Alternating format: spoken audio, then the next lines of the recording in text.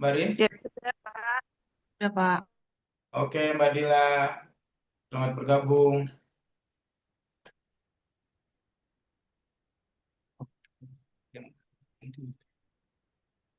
Cuma satu apa dua? Oh, gini aja. Kita aja. Oh, gini aja. Oke, kita lanjutkan ya, teman-teman semua. Oke, Bismillahirrahmanirrahim. Assalamualaikum warahmatullahi wabarakatuh. Eh, sudah terlihat, sudah nampak PowerPoint kami? Sudah, Pak. Pak. Oke, baik. Kita akan lanjutkan. Kita melanjutkan dari sesi materi yang kemarin. Ya, kita sudah sampai kepada arsitektur client server ya, Mbak, semuanya. Hanya untuk mereview dari yang kemarin sebelumnya, mungkin ada yang bisa bantu yang kira-kira yang bisa menjawab, bisa bantu jawab. Untuk yang kemarin itu, kalau tidak salah, saya pernah menyampaikan bahwa SEL itu harus mempunyai 5 fungsi ya. Kira-kira dari 5 fungsi itu apa saja ya?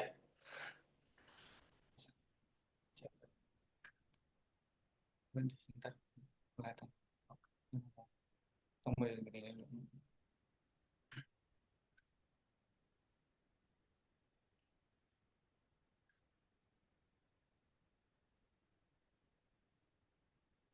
Halo, Mana nih?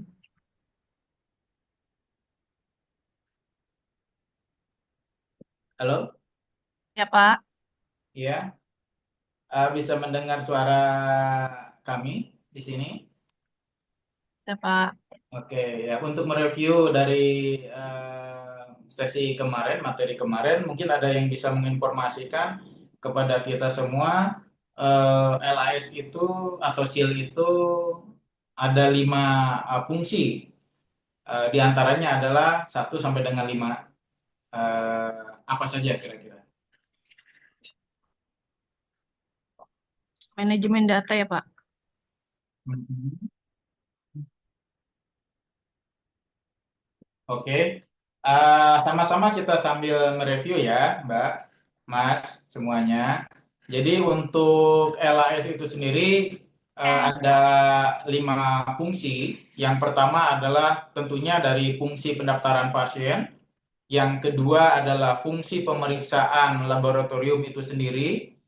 Yang ketiga yang barusan disampaikan oleh Mbak Dila ya tentang pengelolaan data, ya kan. Yang keempat adalah fungsi pengelolaan hasil dan laporan, dan yang kelima adalah untuk fungsi pengambilan keputusan.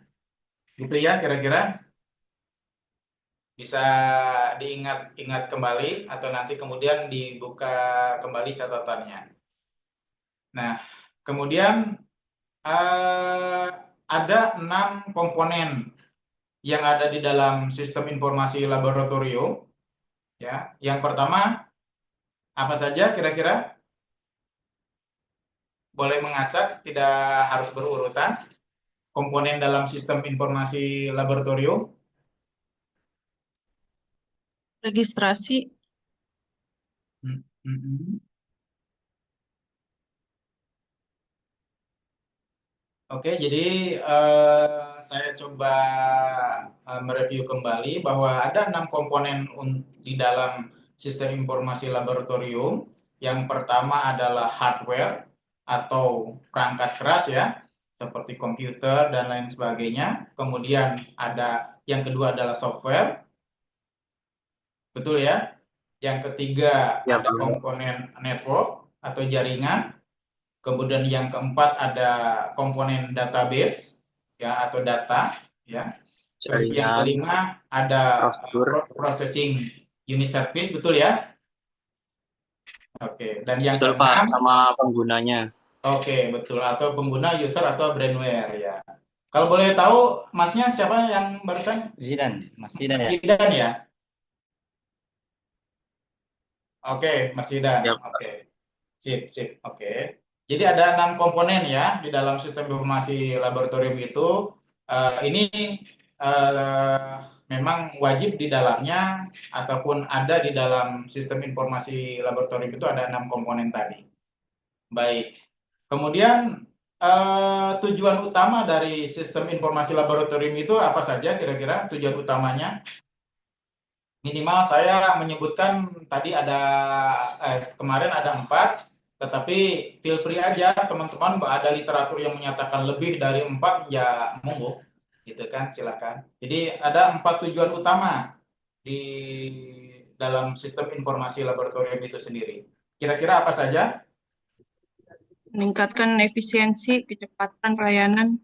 Betul. Ya, yang pertama adalah meningkatkan efisiensi, ya. Jadi kita bisa mengukur ya kan efisiensi pekerjaan pemeriksaan di laboratorium itu yang kita sebut dengan ada fitur TAT, ya. Betul ya, Pak Dodi ya. Ini kebetulan ada tim aplikasi spesialis kami hadir, Pak Dodi, gitu ya.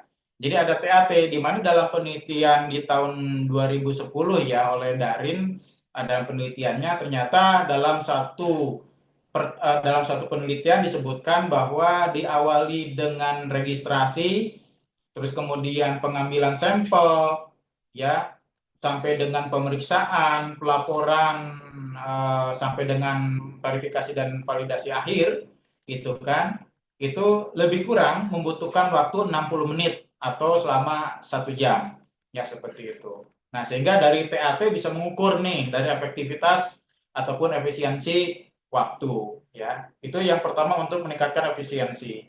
Terus yang kedua adalah untuk meningkatkan akurasi, betul ya, meningkatkan akurasi hasil, atau dalam hal ini adalah mengurangi atau mengeliminasi kesalahan, terutama faktor kesalahan yang terjadi kerap kali terjadi kira-kira 61, sekian persen sampai dengan 68, sekian persen itu terjadi pada kesalahan apakah di pre atau di analitik atau di post analitik. Analitik. Analitik. Di pre-analitik ya seperti itu. Nah ini ada penelitiannya di Carraro dan Pleboni ya tahun 2004 kalau tidak salah ya seperti itu. Nah kemudian yang ketiga adalah untuk keamanan data pasien ya, dan yang keempat tentunya untuk analisis dan pengembangan. Jadi minimal ada tujuan daripada sistem informasi laboratorium itu sendiri adalah seperti demikian halnya. Nah, tetapi di beberapa literatur tentunya ada banyak yang menyampaikan tujuannya dan bermacam-macam ya dan sangat bervariasi seperti itu. Jadi silakan Anda juga menambah hasanah ataupun literatur Anda untuk membaca beberapa literatur yang uh, Anda bisa kumpulkan ya. Nanti di akhir ada daftar pustaka yang bisa saya share kepada teman-teman jika dibutuhkan untuk membaca baik secara e-book maupun ya online lah katakan seperti itu lebih mudah bisa diakses seperti itu. Baik itu ya sebagai review untuk sesi kemarin. Kita akan lanjutkan kepada sesi hari ini. Udah. Udah. Oke. Oke, baik kita Pak, masuk. izin Ya, halo.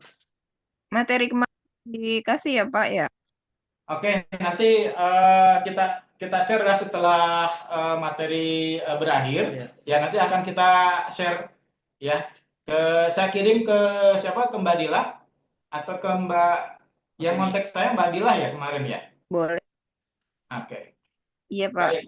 Oke, siap. Kita lanjutkan ke sesi untuk arsitektur client server ya yang kemarin kita sempat bahas sedikit. Nah, kita akan bicarakan tentang arsitektur client server. Nah, di mana arsitektur client server ini adalah arsitektur yang paling banyak dikembangkan dalam teknologi informasi. Nah, dalam ini kita menyebutnya adalah arsitektur client server itu sebagai komputasi jaringan. Seperti itu.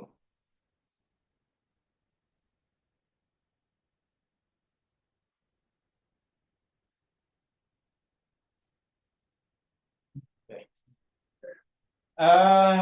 Baik. untuk arsitektur client server ini merupakan model arsitektur komputasi jaringan yang terdiri dari 4 komponen utama, ya. Yang pertama adalah komponen klien, ya. Yang kedua ada komponen server, dan yang ketiga adalah jaringan itu sendiri, dan yang keempat adalah komponen protokol jaringan. Nah, komponen klien, ya, itu merupakan sebagai penyedia layanan ataupun sumber daya. Kalau kami menyebutnya itu adalah yang meminta, ya Pak Imam, ya, Iya. yang meminta lah klien itu, ya, atau yang menggunakan, ya kan. Dan klien itu harus memiliki spesifika hardware yang kompatibel, ya kan. Kenapa yang kompatibel? Karena bergantung daripada jumlah permintaan ataupun yang diajukan, ya kan, pelayanan yang diajukan. Nah, seperti itu. Nah, contohnya klien itu adalah web server, database server, file server, dan lain-lain.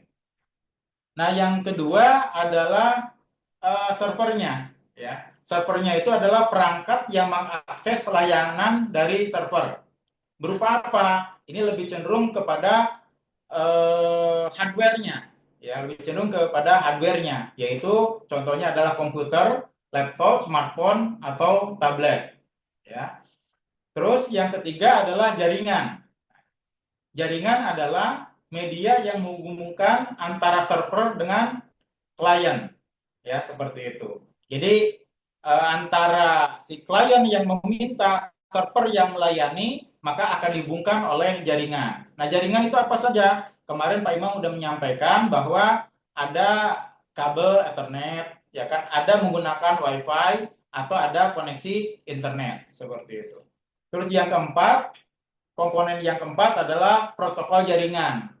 Ya kan, protokol jaringan adalah aturan yang mengatur komunikasi antara server dengan klien. Misalkan ada dengan menggunakan situs atau bentuknya adalah HTTP, ya. Kemudian ada transfer file atau juga dengan menggunakan email, ya, seperti itu. Itu dalam bentuk protokol jaringan. Jadi itulah komponen utama pada arsitektur client server yang banyak dimanfaatkan di teknologi informasi saat ini. Bentar kita. Oh. Iya.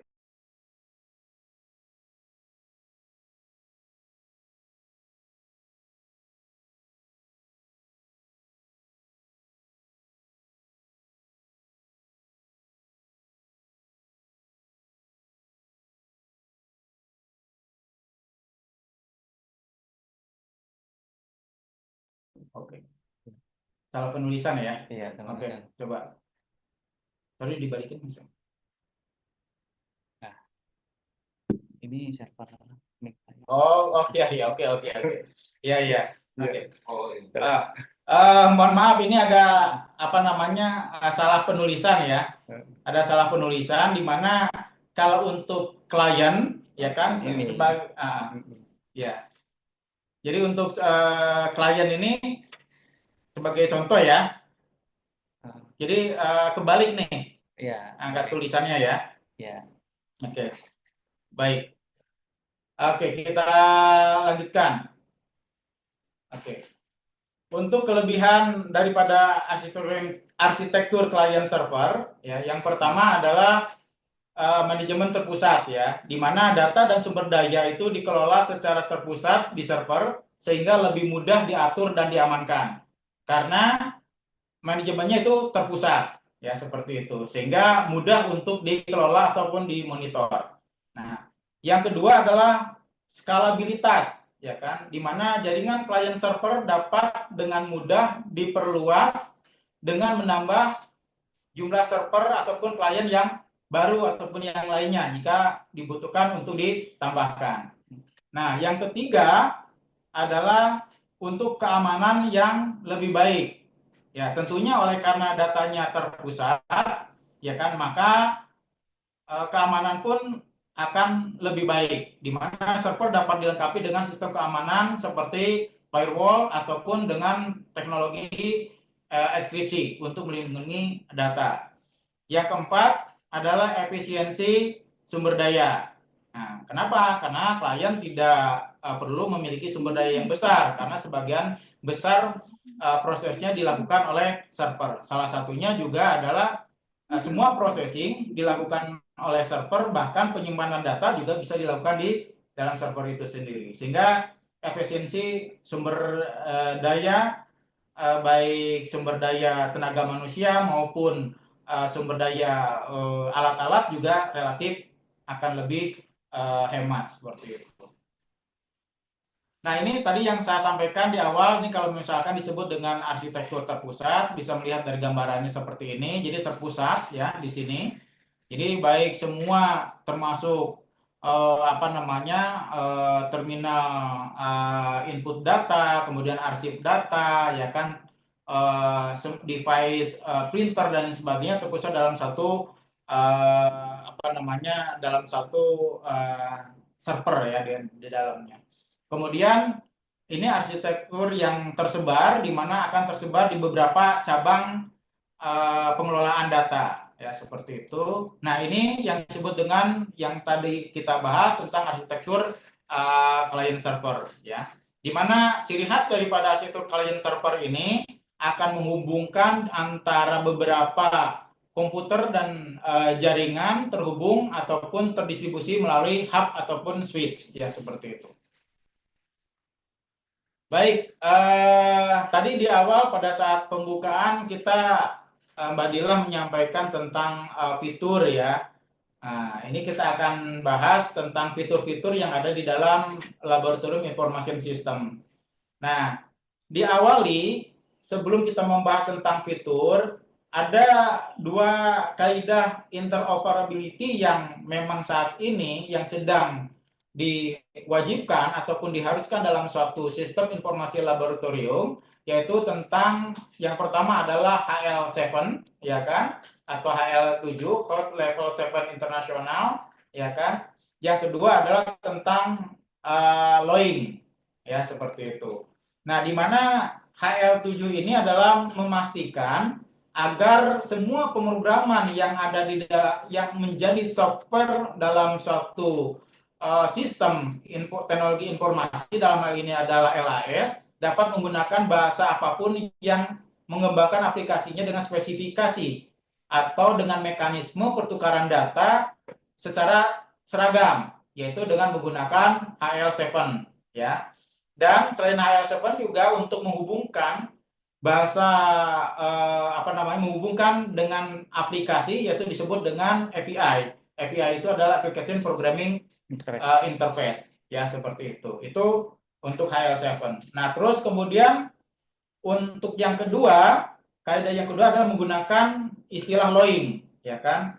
LOING adalah merupakan standar internasional reference strip ya pada tahun 1994 yang tujuannya adalah untuk mengidentifikasi pemeriksaan laboratorium, dokumen, survei dan lain sebagainya ya kan, sehingga dapat memudahkan pemahaman dalam suatu kode ya kan, karena terdiri dari sekelompok identifikasi nama dan kode untuk mengidentifikasi pengukuran ya kan di dalam pengukuran observasi dan dokumen kesehatan lainnya seperti itu.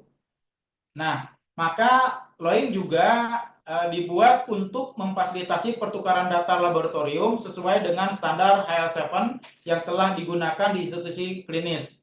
Ya, baik itu fasilitas kesehatan, pelayanan kesehatan maupun sistem kesehatan yang lainnya. Dan terutama baik HL7 maupun LOING ini harus menjadi acuan dasar bagi vendor ataupun software developer. Jadi saat ini sistem informasi laboratorium harus menganut dua kaidah ini, yaitu adalah HL7 dan LOING. Seperti itu. Nah, secara umum fitur-fitur apa saja yang harus ada di dalam CIL ya, atau di dalam Laboratorium Information System? Yang jelas yang pertama adalah pendaftaran pasien ya kan. Nah, saat ini pendaftaran pasien banyak menggunakan teknologi barcode ya seperti itu, dengan menggunakan label barcode, maka dibutuhkan untuk barcode scanner ya. Terus yang kedua, fitur apa lagi? Fitur manajemen spesimen, ya. Fitur manajemen spesimen agar memudahkan, salah satunya adalah mengurutkan sampel pada alat pemeriksaan, kemudian memuat list spesimen berdasarkan daripada status kedatangan, ya kan? Kemudian sampel yang sudah selesai ataupun yang ditolak, ya. Ini contoh mudahnya ya, kawan-kawan semua. Terus yang ketiga adalah manajemen hasil. Ya. Yang ketiga adalah fitur manajemen hasil, di mana SEL ini harus mampu memproses hasil dalam berbagai format yang baik, baik itu berupa angka maupun dalam bentuk teks ya. Baik itu ada hasil normal maupun hasil abnormal, ya kan? Atau bahkan menginterpretasikan hasil dari data, ya kan, yang ada baik berupa angka maupun ke bentuk teks. Tentunya di dalam fitur-fitur ini juga bisa dilengkapi dengan notifikasi. Misalkan bila mana ada notifikasi hasil abnormal atau hasil yang dicurigai seperti itu. Atau juga harus yang menggunakan flagging. Flagging itu sebagai penanda ataupun bendera yang harus diperhatikan, ya seperti itu. Ini salah satu contoh-contoh fitur di dalam Laboratorium Information System. Kemudian fitur yang saat ini sangat menjadi pilihan utama dalam LAS atau dalam SEL, yaitu adalah tentang fitur manajemen mutu. Nah, dalam manajemen mutu tentunya ada dua yang menjadi fokus utama, yaitu tentang TAT, ya, tentang turnaround time, ya kan, yang tadi saya sampaikan ternyata lebih kurang dalam suatu pemeriksaan itu memang kemarin menyatakan bergantung dari jenis parameter pemeriksaan, betul. Tapi dalam penelitian secara FRS diketemukan hasil ya kan lebih kurang 60 menit per satu jenis pemeriksaan. Nah, hal ini juga berdasarkan daripada Permenkes nomor 129 ya kan tahun 2008 tentang standar pelayanan minimal rumah sakit, yaitu waktu tunggu hasil pelayanan laboratorium untuk pemeriksaan laboratorium adalah tenggang waktu mulai pasien diambil sampelnya sampai dengan pasien menerima hasil. Tentunya hasil yang sudah di-expertise ya kan dengan standar waktu kurang dari 140 menit untuk pemeriksaan kimia darah dan darah rutin. Ya, kira-kira teman-teman setuju ya untuk TAT ini, terutama dalam pemeriksaan kimia darah dan darah rutin itu lebih kurang membutuhkan waktu kurang atau sama dengan 140 menit, betul ya? Pak. Oke, baik. Itu dari fitur manajemen mutu tentang TAT. Kemudian ada juga manajemen mutu tentang pemantapan mutu internal. Ya, dalam hal ini adalah melakukan validasi terkait hasil kontrol dalam kurva Levy-Jennings dengan memperhatikan untuk Westgate, ya, untuk regulasi ataupun aturan Westgate yang ada. Saya kira kalau untuk nomor manajemen mutu tentang kurva Levy-Jennings dan aturan Westgate ini sudah menjadi familiar di teman-teman ya. Seperti demikian. Tapi yang menjadi pokok adalah banyak juga oleh pengambil keputusan atau pengambil kebijakan ya kan adalah tentang TAT ya, di mana turnaround time ini sangat bermanfaat untuk feedback manajemen laboratorium klinik ataupun manajemen rumah sakit seperti itu. Terus yang kelima adalah fitur manajemen pelaporan hasil ya. Jadi sebagai seorang TLM selain pekerjaan teknis, jadi kita juga harus mampu membuat laporan kegiatan di laboratorium. Nah, sistem informasi laboratorium ini dapat memberikan kemudahan dukungan bagi Anda untuk menarik data. Tentunya akan lebih memudahkan karena banyak data yang tersimpan di dalam sistem ini. Nah, hasil laboratorium diperkirakan memegang peranan penting, sekitar 60 sampai dengan 70% dalam memberikan keputusan keputusan rawat inap, pasien pulang dan pengobatan. ya. Jadi sebagai fungsi kontrol terhadap pasien, ya. Oke, baik, secara intinya dalam fitur-fitur ini adalah pelayanan laboratorium yang efektif ditandai oleh 3 hal, yaitu adalah presisi, akurat, dan ketepatan waktu yang dinilai dengan TAT. Seperti itu. Nah, kalau kita melihat LAS workflow yang ada, ya, tentunya LAS ini harus bisa bekerja dari mulai fase pre-analitik, pada fase analitik, dan pada fase post-analitik. Yang sebagaimana saya sampaikan di awal, bahwa salah satu tujuan utama daripada adanya sistem informasi laboratorium itu salah satunya adalah untuk meningkatkan efisiensi. Dan yang kedua adalah untuk meningkatkan akurasi pemeriksaan. Nah, seperti demikian. Maka sistem LAS ini harus bekerja di semua fase, baik fase pre-analitik, fase analitik, maupun pada fase post-analitik. Ya, seperti itu. Baik, saya kira mungkin untuk konsep dasar LAS sampai dengan fitur-fitur mudah-mudahan bisa dipahami ya, sebelum kita mengajak kepada sesi akhir dalam konsep dasar SEL, yaitu tentang monitoring dan evaluasi serta nanti tentang pengamanan dan pengendalian daripada sistem informasi laboratorium. Baik, kita lanjutkan. Untuk monitoring dan evaluasi, ya kan, di dalam sistem informasi laboratorium dan pada dasarnya adalah dalam skala umum tentang teknologi informasi apa saja pun, ada 3 hal. Yang pertama adalah monitoring, yang kedua adalah evaluasi, dan yang ketiga adalah pengamanan dan pengendalian. Ya. Baik, kita masuk dalam fase monitoring. Ya. Nah, menurut Hakam tahun 2016 ya, yang ditulis oleh Prof. Hakam, monitoring adalah suatu proses rutin pengumpulan data dan pengukuran kemajuan atas rencana awal yang fokus pada objektif program, yaitu memantau adanya suatu perubahan serta kesesuaian rencana awal yang fokus pada proses dan keluaran. Nah, sehingga kata kunci daripada monitoring adalah adanya pengukuran kemajuan.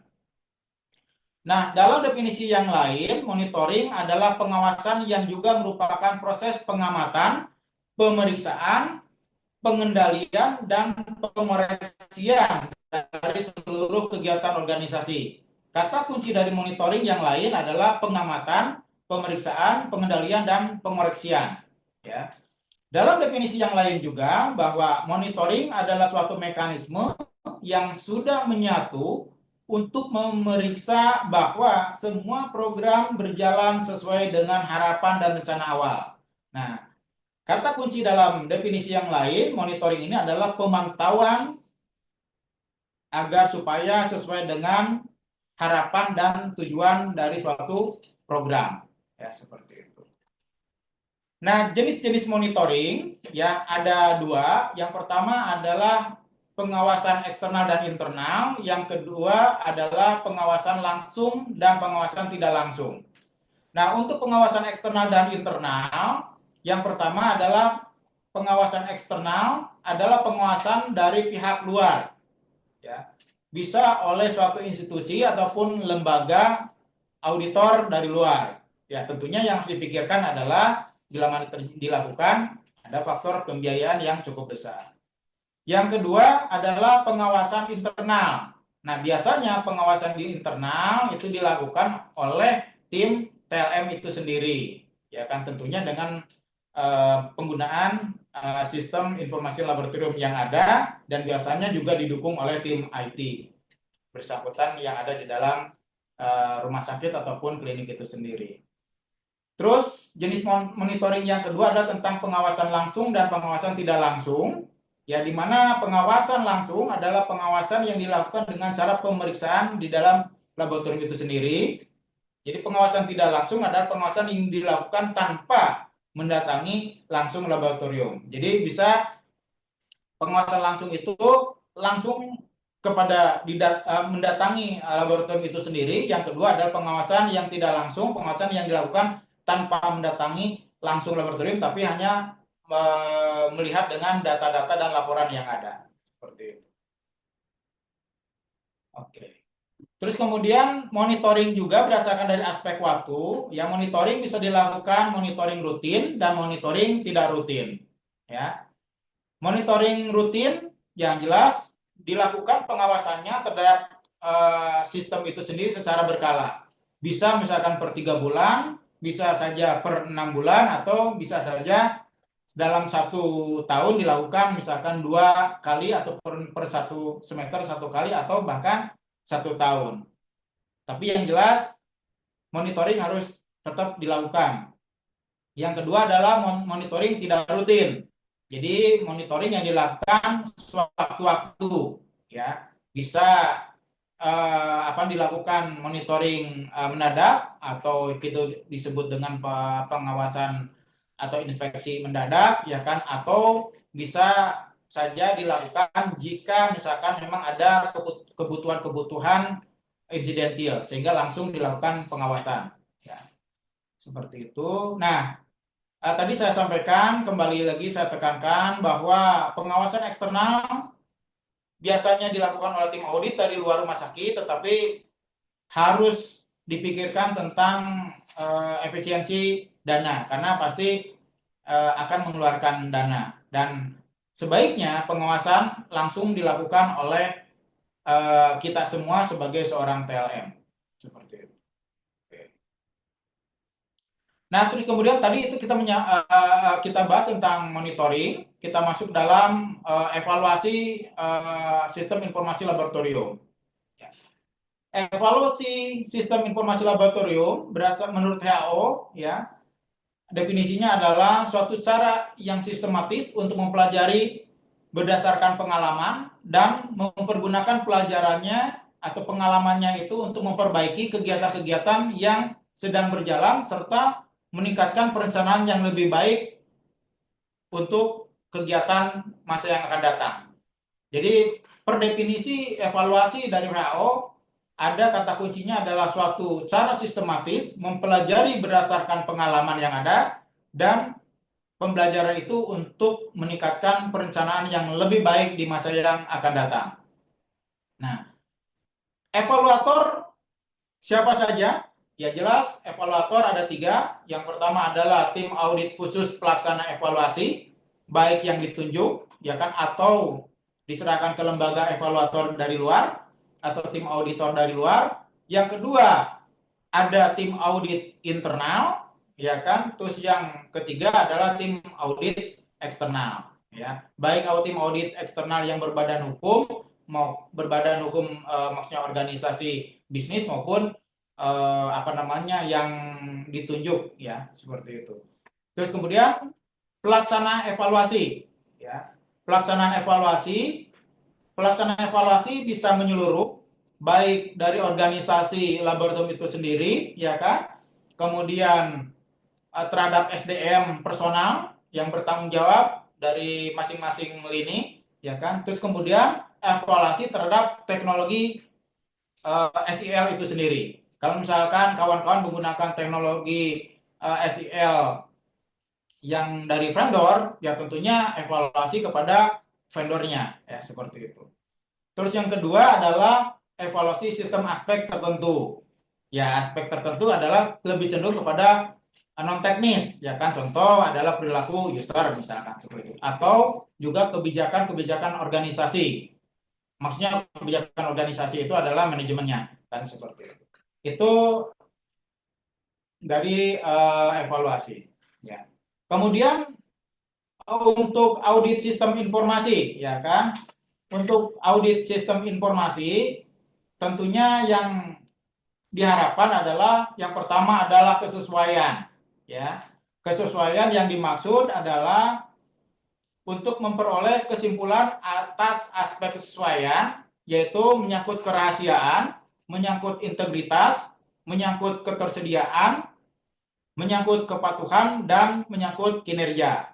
Jadi apa audit yang sistem yang akan diaudit? Yang pertama adalah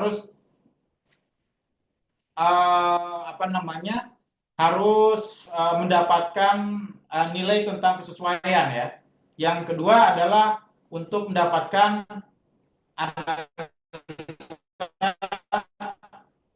atau audit di performan ya seperti itu.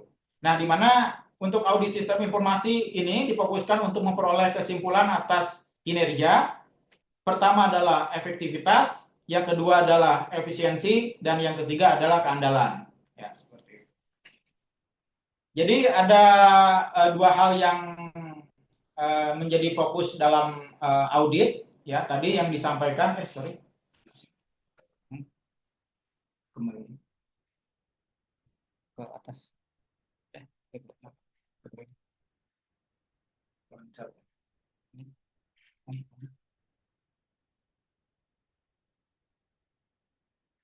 Oke. Jadi audit sistem informasi itu harus mengandung nilai kesesuaian, yang kedua adalah mengandung nilai kinerja ya, seperti itu. Baik, untuk tujuan evaluasi ya jelas kata lain dari semua kesimpulan adalah untuk cepat, tepat, dan akurat.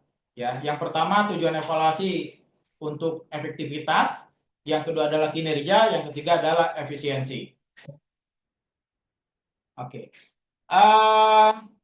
Untuk seluruh mahasiswa, mungkin Mbak Dila dan Mbak siapa tadi?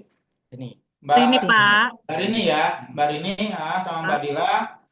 Ini ada exercise ya yang bisa dilakukan oleh teman-teman. Kalau kemarin tadi Mas Imam menyampaikan ada dua tugas ya. Nah, ini dari sesi konsep dasar SEAL juga ada tugas yang barangkali nanti bisa sambil menunggu jeda waktu di pertemuan berikut ya, ini bisa dikerjakan dan dikumpulkan di ketua kelas masing-masing ya kan, tentang evaluasi sistem informasi laboratorium di tempat teman-teman bekerja ya, seperti itu, atau di laboratorium tertentu yang barangkali bisa Anda observasi. Evaluasi yang pertama adalah tentang hardware. Ya, evaluasi yang pertama adalah tentang hardware. Yang pertama, apakah hardware dapat menjalankan software yang diinginkan? Ya. Yang kedua, apakah kecepatan pemrosesan CPU dan jaringan sesuai dengan kebutuhan?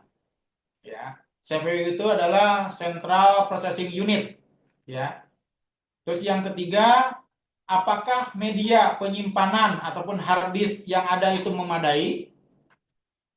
Yang keempat, apakah sudah ada integrasi jaringan antar unit? Ya. Jadi misalkan ada ada persoalan interfacing kah, atau ada persoalan integrasi ke sistem aplikasi kesehatan yang lainnya, misalkan untuk SIM RS dan sebagainya. Terus yang kelima adalah bagaimanakah ketersediaan biaya, dukungan, dan pemeliharaan hardware. Ya, seperti itu. Kemarin saya sampaikan bahwa dukungan itu sendiri ada dukungan dari manajemen, ada dukungan manajemen dari SDM, kekuatan SDM, ya kan, termasuk perangkat IT di dalamnya. Terus evaluasi yang kedua ada tentang evaluasi software. Ya, yang pertama adalah apakah modul software tersebut memenuhi spesifikasi yang diinginkan atau yang diharapkan. Yang kedua, apakah kecepatan dan kemampuan sistem sudah memadai. Yang ketiga, apakah kinerja baik kecepatan, akurasi, dan keandalan data sudah memadai. Yang keempat, apakah software tersebut dapat menghasilkan pelaporan yang sesuai kebutuhan. Yang kelima, apakah sistem yang ada mudah untuk dikembangkan dan disesuaikan dengan kebutuhan pengguna, terutama untuk di masa yang akan datang. Itu untuk evaluasi software. Kemudian evaluasi brandware-nya. Ya, jadi hardware, software, dan brandware ini merupakan menjadi komponen yang ada di dalam sistem informasi laboratorium. Ya. Nah, untuk evaluasi brainware yang pertama adalah apakah pengguna ataupun user merasa mudah dan puas menggunakan software tersebut? Yang kedua, apakah pengguna memiliki kemampuan dalam menggunakan komputer secara baik? Yang ketiga, apakah rumah sakit memiliki SDM IT yang handal? Yang keempat, bagaimanakah budaya pemeliharaan sistem, hardware, dan jaringan di rumah sakit? Ini menyangkut masalah monitoring dan evaluasi juga ya terhadap sistem, sehingga teknik untuk pemeliharaan sistem itu apakah dilakukan seperti apa. Terus yang kelima adalah bagaimana paradigma dan penerimaan pengguna terhadap penerapan sistem informasi yang ada di laboratorium klinik ataupun di dalam rumah sakit itu sendiri. Itu sebagai bentuk exercise teman-teman untuk melakukan evaluasi di dalam sistem informasi laboratorium di tempat teman-teman bekerja. Terus kemudian tadi saya menyampaikan tentang monitoring dan evaluasi ya. Apa bedanya antara monitoring dan evaluasi?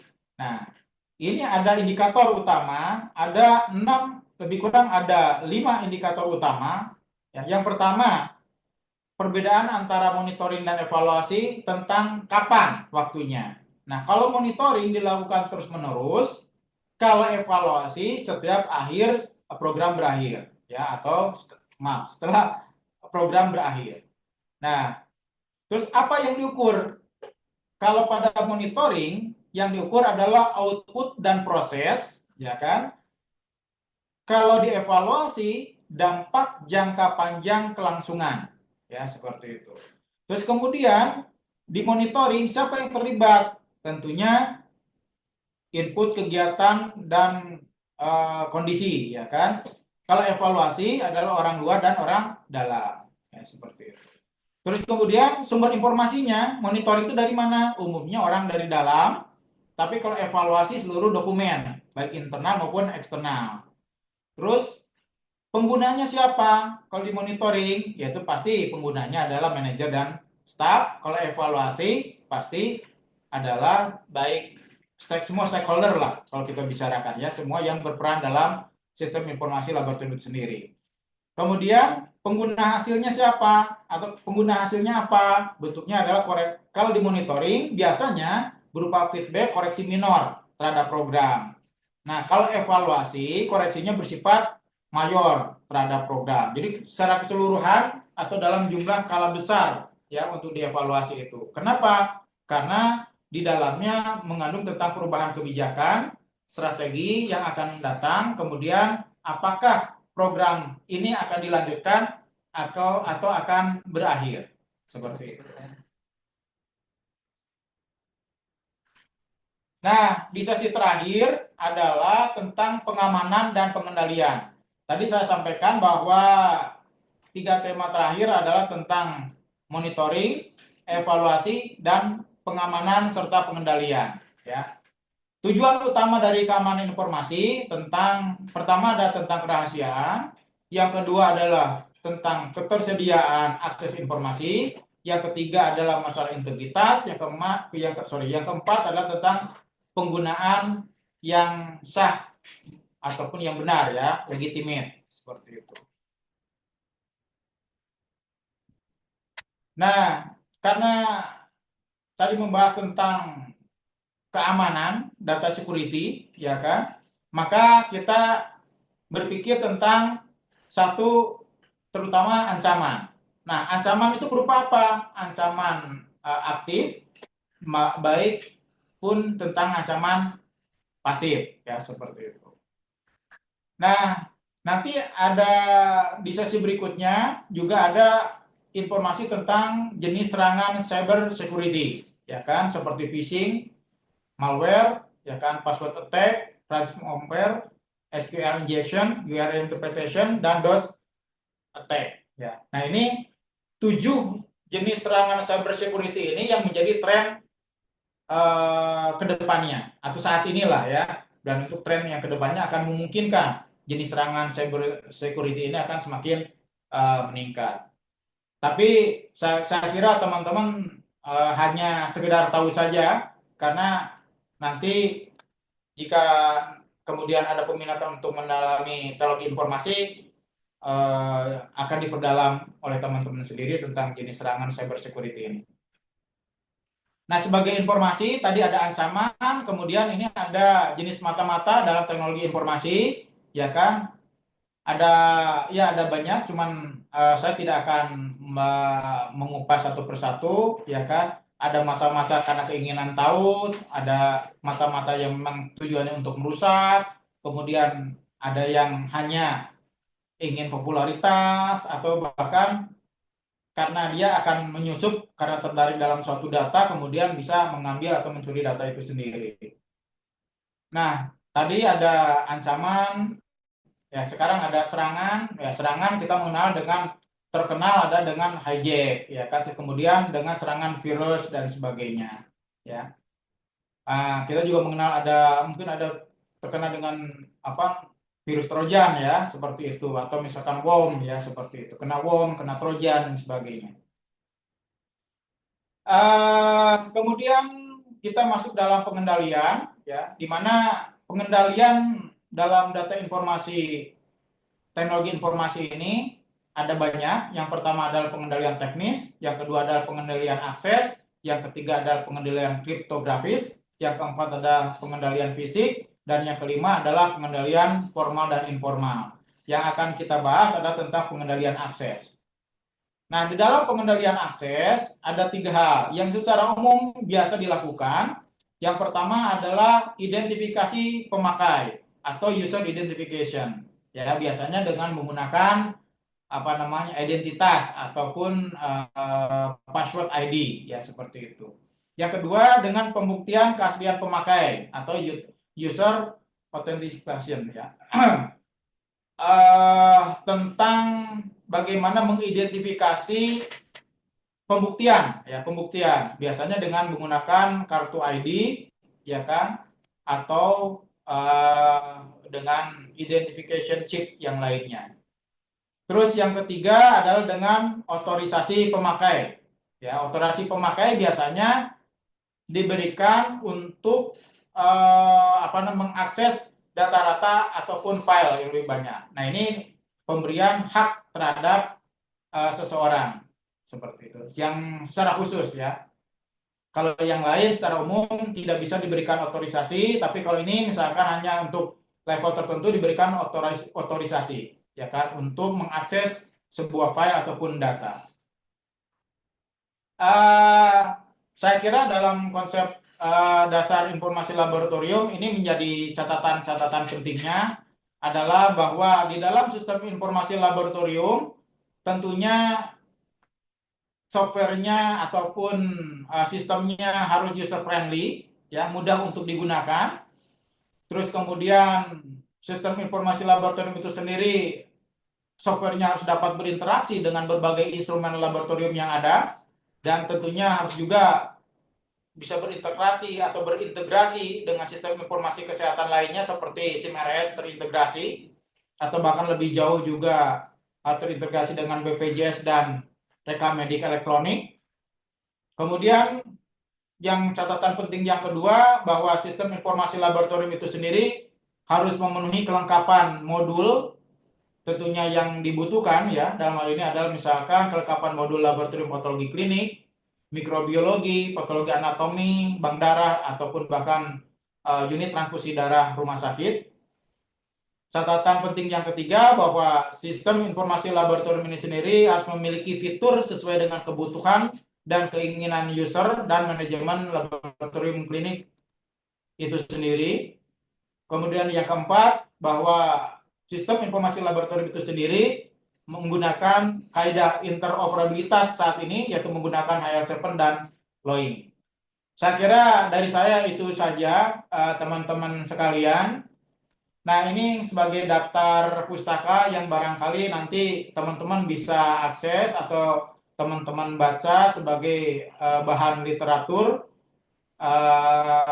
dan bisa dimanfaatkan sebagai menambah khasanah ataupun literasi teman-teman tentang sistem informasi laboratorium.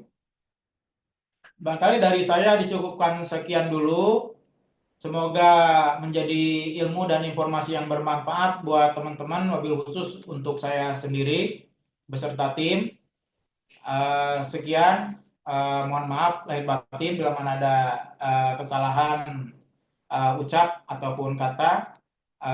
Saya akhiri. Assalamualaikum warahmatullahi wabarakatuh. Waalaikumsalam warahmatullahi warahmatullahi wabarakatuh. Waalaikumsalam warahmatullahi Oh iya Mbak Dila, mohon di screenshot ya Mbak Rini untuk absen. Ya, Kita mau Pak. screenshot dulu, Pak. Oke, silakan. Assalamualaikum Pak, apa boleh ada pertanyaan Pak? Boleh. Nah, nanti pertanyaannya apakah mau dilangsungkan nanti setelah sesi topologi jaringan atau mau sekarang? Terkait tadi materi yang barusan disampaikan Pak. Baik. Silakan. Izin Pak, di sistem LAI sendiri itu kan ada yang basically-nya website, ada yang desktop. Nah, dari materi yang tadi Bapak sampaikan itu ada ancaman-ancaman yang mungkin akan menghack, menjebol data kita gitu. Mana sih lebih aman yang basicnya desktop atau website pertama itu? Apalagi sekarang eranya kita HF7F higher itu kan udah mulai mau interoperabilitas dengan ini ya Pak, satu sehat ya Pak, mau bridging dengan satu sehat. Kemarin juga sudah ada mulai pengkodean dan penyambungan secara Snowmed City dan lain-lain lah kemarin pendataan. Bagaimana nih dari LAS menyikapi yang seperti itu Pak? Itu kan juga bisa menjadi ancaman pencurian data seperti itu Pak. Terima kasih sementara itu. Assalamualaikum warahmatullahi wabarakatuh.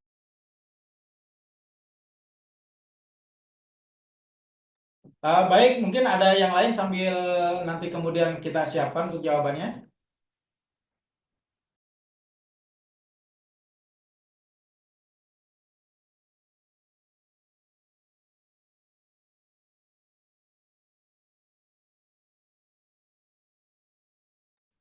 Oke, mungkin nanti Pak Imam bisa bantu jawab, Pak Imam ya.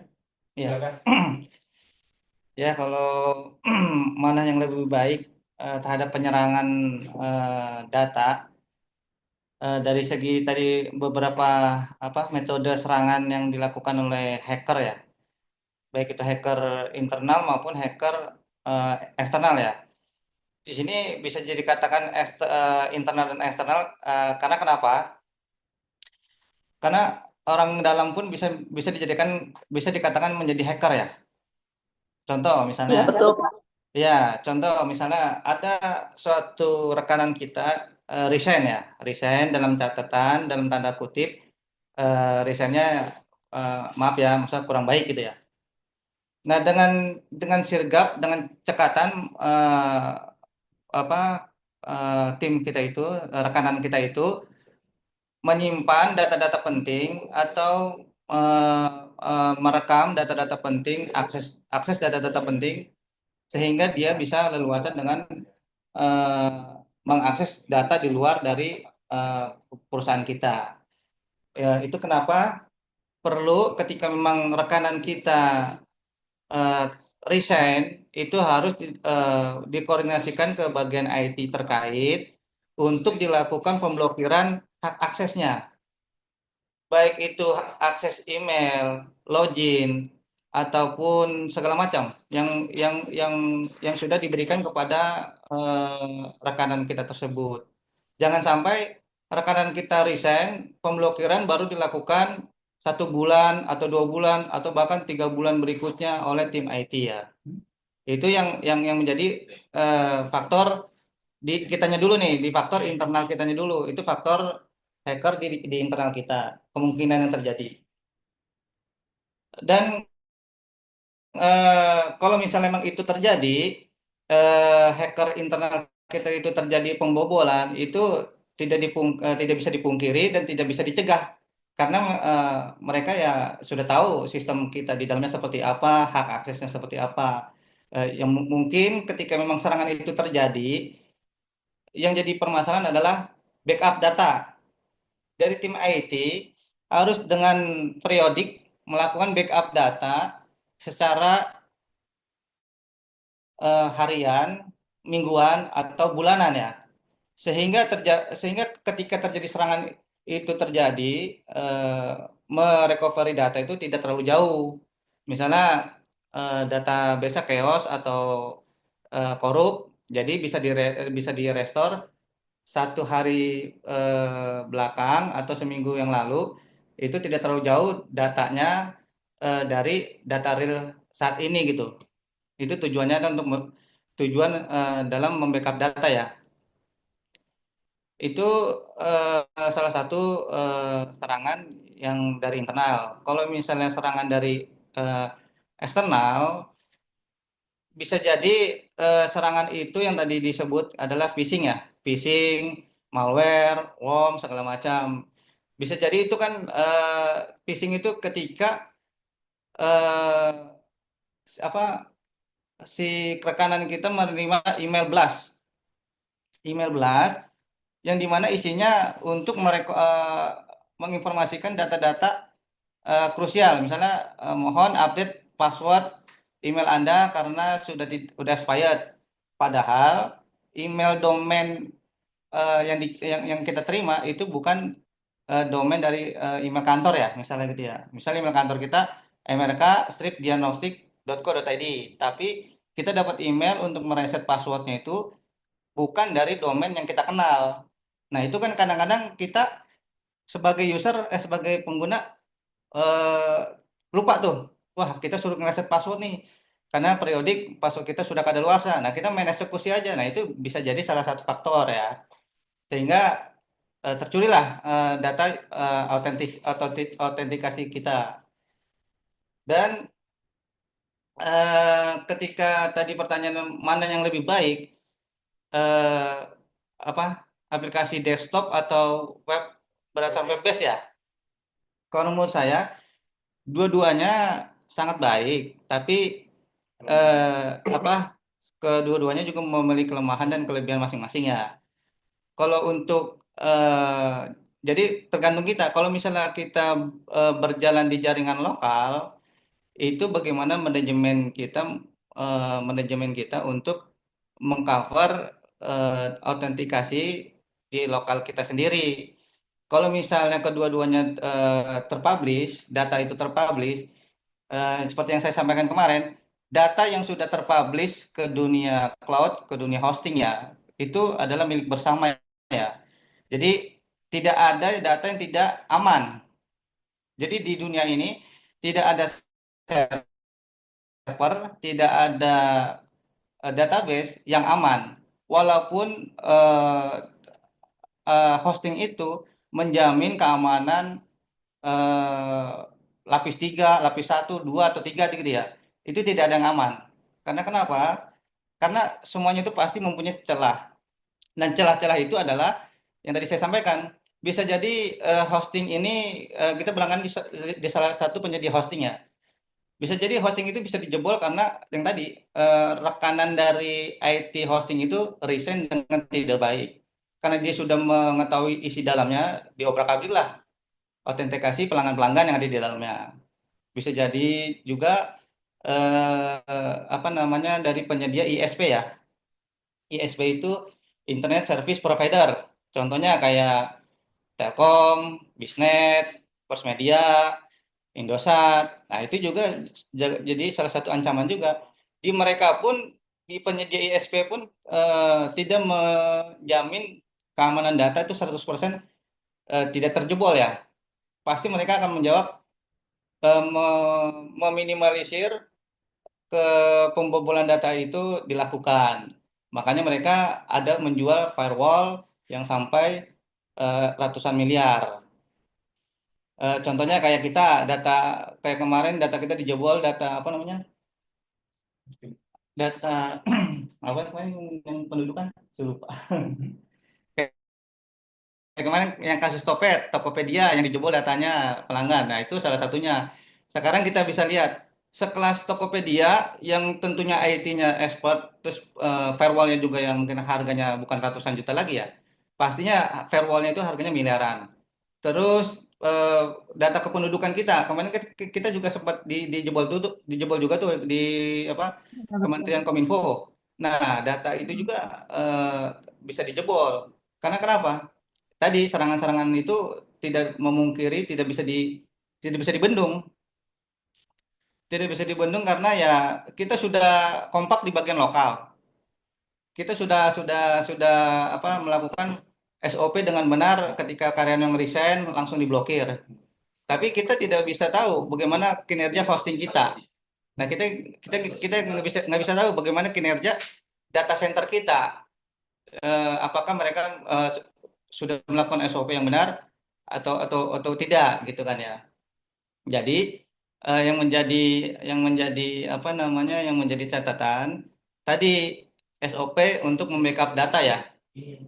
SOP untuk membackup data itu yang mungkin untuk meminimalisir kejadian-kejadian ketika dilakukan penyerangan.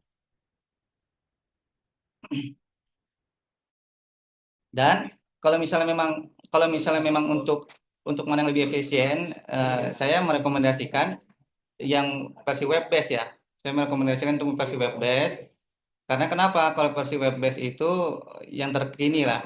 Kalau menurut saya yang ter up to date, aplikasi yang ter up to date yang terkini karena versi web based itu sendiri gampang untuk diintegrasikan ke aplikasi-aplikasi yang lain seperti Satu Sehat, BPJS, terus kependudukan, Dukcapil.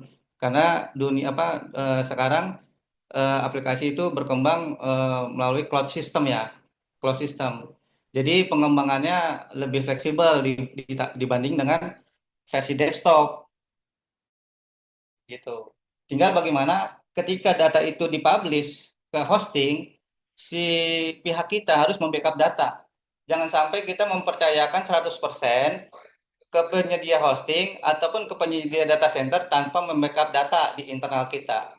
Itu adalah salah satu untuk meminimalisir penyerangan itu yang terjadi. Itu juga yang menjadi permasalahan ketika memang itu sudah dilakukan, bisa jadi kan serangan virus terjadi ketika kita cabut colok USB. Contohnya nih ya, kita sudah melangganan virus yang bagus, tetapi penggunaan USB itu tidak teratur. Misalnya nih, server LAS seharusnya digunakan hanya untuk running alat ya. Jangan digunakan untuk mengerjakan Office di situ di dalamnya. Jangan untuk mengerjakan kegiatan-kegiatan ketik mengetik laporan-laporan segala macam. Misalnya save data, terus copy data, ngerjain laporan. Itu sebisa mungkin jangan dilakukan di PC server. Karena tadi ketika memang nanti USB kita terinjek, terus kita masukkan USB, terseranglah data di dalam jaringan itu. Makanya di dalam SOP tadi, kalau bisa meminimalisir kejadian ini, untuk melakukan report pengolahan data dilakukan di PC terpisah, jangan digabung dalam satu PC server running alat ya. Itu mungkin yang bisa dilakukan untuk meminimalisir serangan-serangan yang terjadi.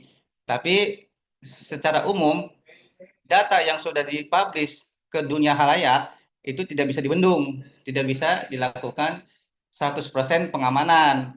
Tapi kita bisa melakukan meminimalisir bagaimana ancaman-ancaman itu terjadi dengan cara-cara tadi, membackup data, terus dengan periodik, seandainya ada kiranya kegiatan yang mencurigakan, langsung reset password, misalnya gitu. Misalnya ada hal-hal yang kawan kita resign, maaf ya, maksudnya kawan-kawan kita misalnya resign tidak baik nih. Nah, di situ langsung berinisiatif kita mereset password di verified user kita masing-masing atau dikondisikan tadi di pihak IT langsung segera melakukan SOP prosedur untuk memblokir semua akses yang terjadi. kurang lebih dari saya seperti itu. Mbak siapa tadi ya? Ini Pak. Mbak Ninik, semoga penjelasan saya jelas. Jadi ya begitu. Ketika data itu lokal, ancaman itu datang di dalam internal. Ketika data itu publish, ancaman itu datang dari penyedia vendor kita. Dari hosting. Gitu. Jadi bagaimana kita memanajemen infrastruktur jaringan kita yang dalam hal ini berkaitan dengan tim IT masing-masing untuk melakukan periodik backup data. Itu aja. Baik, terima kasih Pak. Oke, sama-sama. Mungkin sebagai informasi tambahan, tadi Pak Imam sudah menyampaikan kalau terkait misalkan kemudian ada kebocoran yang terjadi disinyalir oleh kekhawatiran oleh SDM internal ya. Ya. Yang pertama adalah segera mungkin pencabutan untuk ID password. Ya kan, pemblokiran ya ID password. Yang kedua adalah untuk pencabutan otorisasi supaya tidak bisa mengakses ke dalam satu sistem. Begitu. Karena kan apalagi kalau misalkan orang dicurigai, kemudian kan kalau misalkan pada umumnya ya, orang resign itu kan 1 bulan sebelumnya ya, pada umumnya ya. Nah, di situ itu harus sudah terjadi suatu proses untuk penarikan kembali atau pemblokan dari ID password. Terus kemudian yang kedua adalah untuk menarik otorisasi. Ya, seperti itu. Terus kemudian yang dilakukan yang kedua adalah bagaimana kita melakukan backup dan recovery. Jadi backup itu adalah untuk membackup secara rutin, tadi secara Pak Imam menyampaikan adalah secara berkala untuk dilakukan backup. Jadi backup itu jangan sampai ada kejadian kemudian di backup ya, kemudian dicuri datanya kan seperti itu. Jadi backup rutin. Maka Pak Imam ini di kantor setiap hari itu melakukan backup sebagai tim IT kami, gitu kan? Kenapa? Karena data yang kita compile ya kan hari ini itu Pak Imam kemudian sebelum pulang itu membackup ulang. Ya, begitupun juga untuk besoknya seperti itu. Itu untuk menghindari ada kehilangan ataupun kebocoran data itu. Terus yang kedua adalah untuk selain dari backup ada untuk recovery. Jadi bila mana ada data yang dicuri ataupun hilang, segera untuk di recovery, terutama dari data-data yang bisa tercompile dari data backup itu sendiri. Itu yang kedua. Terus yang ketiga adalah umum kita lakukan untuk deteksi dini intruder. Jadi kalau misalkan ada penyusup, ini tim IT ini udah kelihatan nih. Ada gejala-gejala yang menyusup ya. Ada yang intruder itu penyusup. Itu akan kelihatan oleh tim IT kita seperti itu. Sehingga akan dilakukan deteksi dini adanya satu penyusup. Nah, kemudian barangkali juga bisa dilakukan untuk firewall. Firewall itu untuk memblokir ataupun untuk supaya tidak mengakses situs-situs yang tidak dipercaya atau situs buram. Seperti itu. Dengan menggunakan komputer ataupun laptop yang ada di dalam sistem Laboratory Information System itu sendiri. Agar supaya tidak masuk terpapar melalui jaluran internet atau jaluran akses ataupun melalui situs-situs yang tidak bertanggung jawab seperti itu. Nah, kemudian yang keempat adalah dengan menggunakan kemajuan teknologi keamanan. Ya. Ada antivirus, anti ransomware ataupun anti malware. Tetapi perlu diingat bahwa secanggih-canggihnya teknologi atau kemampuan teknologi keamanan di bidang IT ya kan, tetapi untuk cybercrime ataupun teknologi intruder ataupun penyusup itu ataupun hacking itu memang mereka sama-sama jagonya gitu kan, seperti itu. Sehingga tidak menjamin teknologi keamanan data semahal sebesar apapun gitu, itu akan menjamin 100% atas keamanan data. Pernah kita juga mengikuti salah satu seminar tentang cyber security, tentang keamanan data menyangkut data rekam medik elektronik ya, Mbak. Terus kemudian saya bertanya, ini bila mana terjadi kebocoran data atau keamanan data ini akan menjadi tanggung jawab siapa? Betul ya Pak Imam ya? Betul. Nah, dari narasumber menyampaikan bahwa keamanan data akan menjadi tanggung jawab semua stakeholder yang ada di dalamnya. Jadi baik dari vendor ikut bertanggung jawab, dari operator, dari user ikut bertanggung jawab, karena banyak celah yang akan bisa disusupi oleh intruder ataupun penyusup ataupun para hacker seperti itu. Jadi tidak bisa kita memblok dalam salah satu bidang kebocoran itu sendiri. Kira-kira begitu ya sebagai tambahan, Mbak Nini. Mbak Nini. Iya. Ya. Baik, terima kasih Pak. Karena ya memang kami sih terus terang khawatir ya, karena udah mulai bridging dengan IMR, bridging dengan Satu Sehat, pastinya pasti akan banyak hal yang bisa terjadi gitu Pak. Terima kasih Pak. Betul, baik, siap. Betul. Dengan latar belakang itu, dengan landasan itu di Kominfo kita kan berapa bulan yang lalu pernah lumpuh tuh total data DTS kita tuh, data Dukcapil kita lumpuh karena serangan-serangan dari hacker. Nah, dengan landasan itu negara melalui presiden kita yang baru ini membentuk Matra TNI Cybercrime, Angkatan Cyber. Nah, mudah-mudahan dengan adanya TNI yang masuk ke dalam Matra Cybercrime ini, data center kita di Indonesia ini relatif lebih meminimalisir kebocoran data. Walaupun tidak semuanya 100% dikatakan aman, terjamin.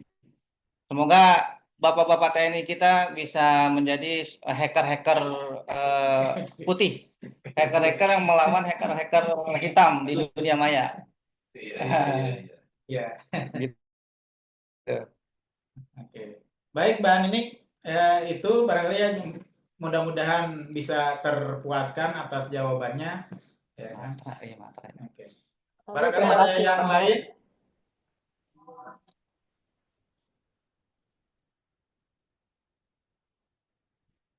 Baik, kalau tidak ada,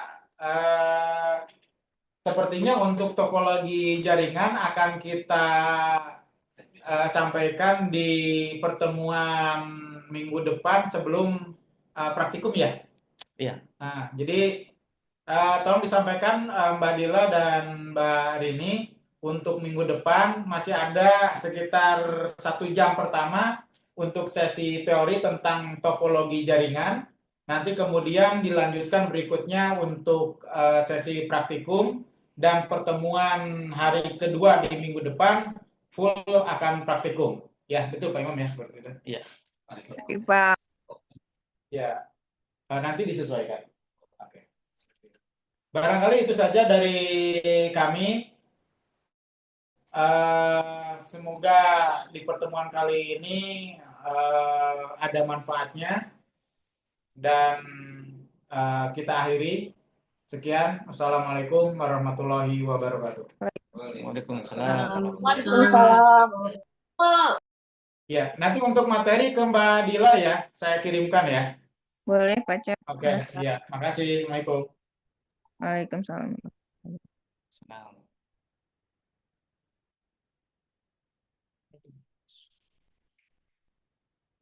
70. Ada 80 termasuk kita. Oh, iya, kita satu ya.